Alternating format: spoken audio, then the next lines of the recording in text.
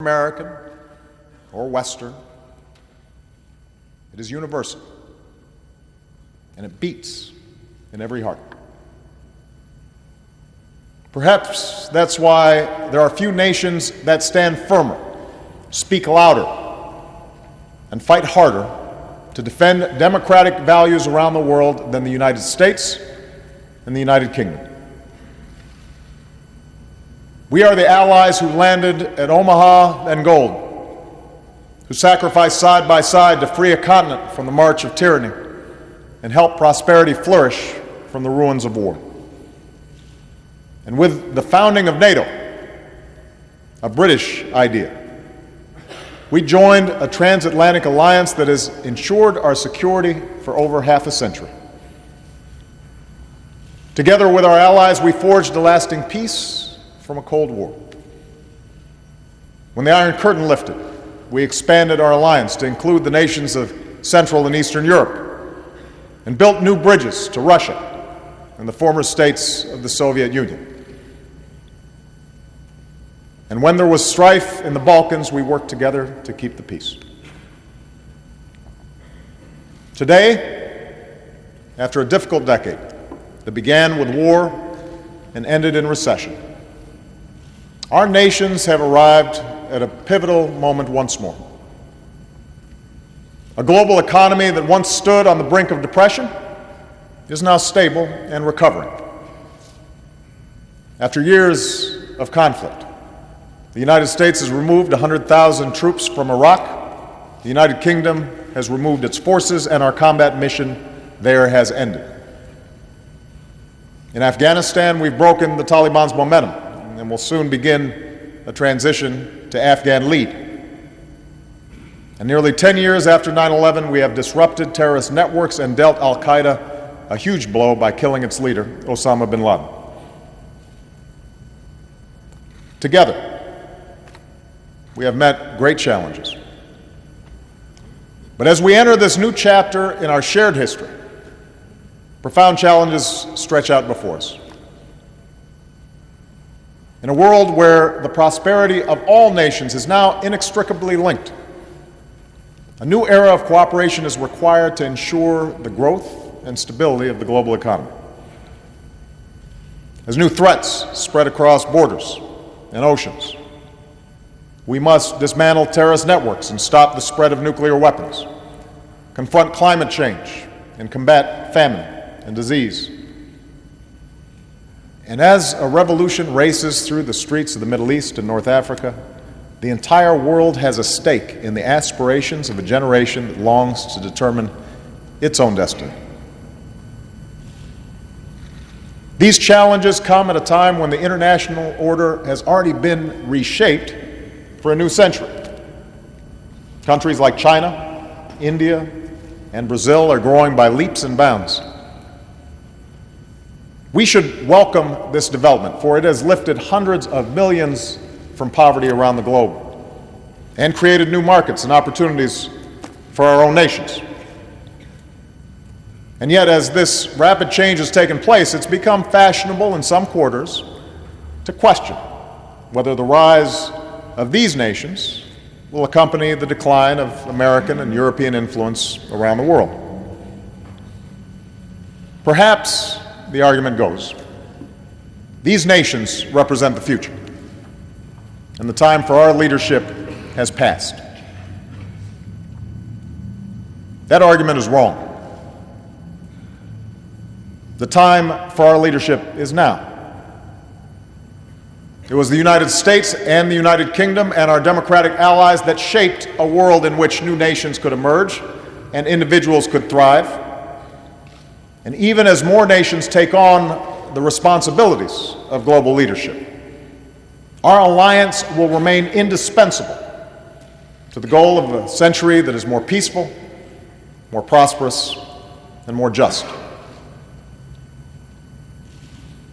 At a time when threats and challenges require nations to work in concert with one another, we remain the greatest catalysts for global action. In an era defined by the rapid flow of commerce and information, it is our free market tradition, our openness, fortified by our commitment to basic security for our citizens, that offers the best chance of prosperity that is both strong and shared.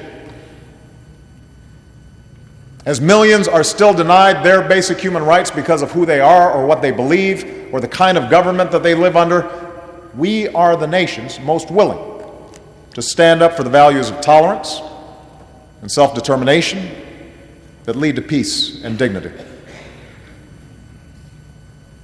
Now, this doesn't mean we can afford to stand still. The nature of our leadership will need to change with the times. As I said the first time I came to London as president for the G20 summit, the days are gone when Roosevelt and Churchill could sit in a room and solve the world's problems over a glass of brandy. Although I'm sure that Prime Minister Cameron would agree that some days we could both use a stiff drink. In this century, our joint leadership will require building new partnerships, adapting to new circumstances, and remaking ourselves to meet the demands of a new era. That begins with our economic leadership. Adam Smith's central insight remains true today.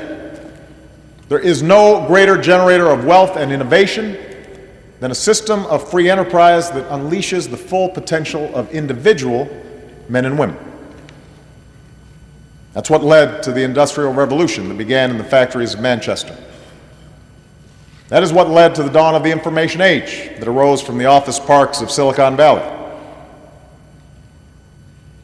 That's why countries like China, India, and Brazil are growing so rapidly, because in fits and starts, they are moving toward market-based principles that the United States and the United Kingdom have always embraced.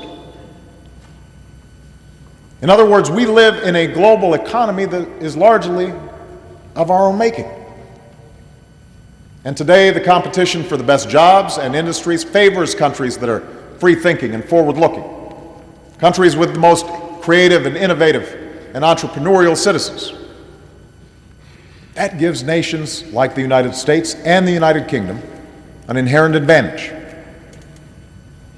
For from Newton and Darwin to Edison and Einstein, from Alan Turing to Steve Jobs, we have led the world in our commitment to science and cutting-edge research, the discovery of new medicines and technologies. We educate our citizens and train our workers in the best colleges and universities on earth. But to maintain this advantage in a world that's more competitive than ever, we will have to redouble our investments in science and engineering and renew our national commitments to educating our workforces. We've also been reminded in the last few years that markets can sometimes fail. In the last century, both our nations put in place regulatory frameworks to deal with such market failures. Safeguards to protect the banking system after the Great Depression, for example. Regulations that were established to prevent the pollution of our air and our water during the 1970s. But in today's economy, such threats of market failure can no longer be contained within the borders of any one country. Market failures can go global and go viral and demand international responses. A financial crisis that began on Wall Street infected nearly every continent, which is why we must keep working through forums like the G20 to put in place global rules of the road to prevent future excesses and abuse. No country can hide from the dangers of carbon pollution, which is why we must build on what was achieved at Copenhagen and Cancun to leave our children a planet that is safer and cleaner. Moreover, even when the free market works as it should, both our countries recognize that no matter how responsibly we live in our lives, hard times or bad luck, a crippling illness or a layoff may strike any one of us. And so part of our common tradition has expressed itself in a conviction that every citizen deserves a basic measure of security. health care if you get sick, unemployment insurance if you lose your job, a dignified retirement after a lifetime of hard work. That commitment to our citizens has also been the reason for our leadership in the world. And now, having come through a terrible recession, our challenge is to meet these obligations while ensuring that we're not consuming and hence consumed with a level of debt that could sap the strength and vitality of our economies.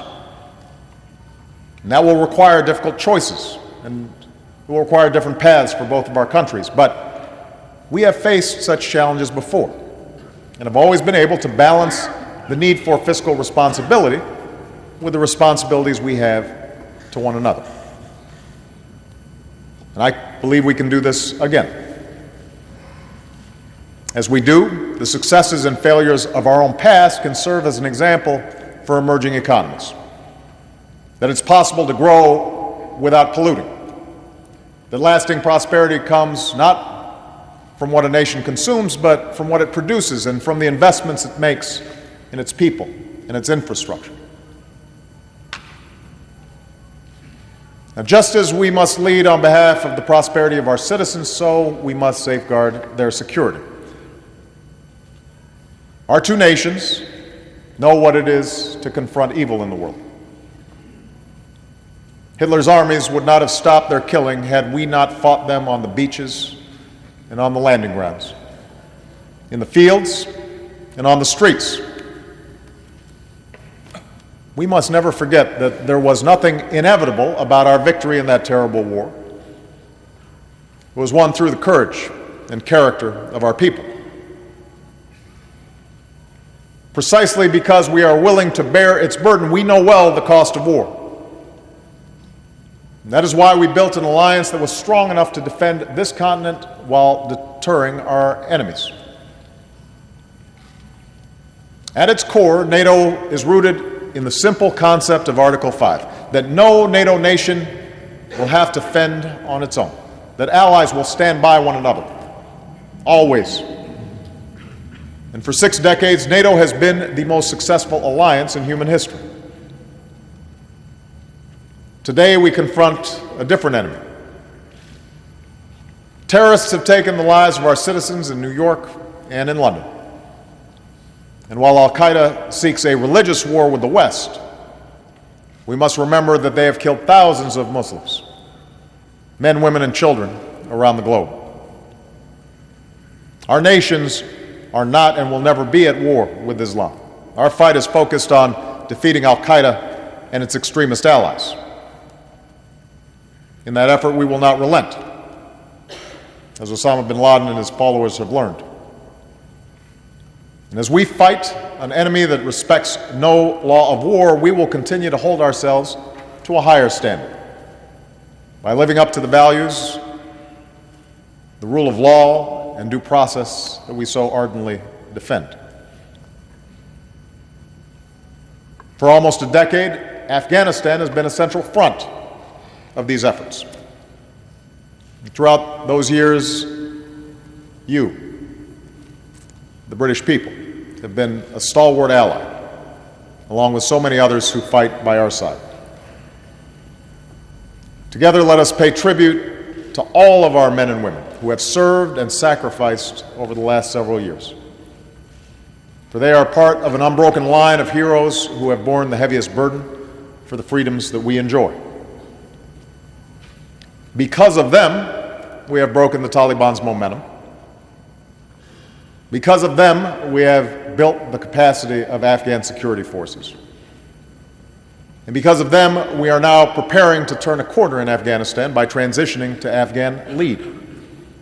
And during this transition, we will pursue a lasting peace with those who break free of al-Qaeda and respect the Afghan constitution and lay down arms. And we will ensure that Afghanistan is never a safe haven for terror, but is instead a country that is strong, sovereign, and able to stand on its own 2 feet. Indeed, our efforts in this young century have led us to a new concept for NATO that will give us the capabilities needed to meet new threats. Threats like terrorism and piracy, cyber attacks and ballistic missiles.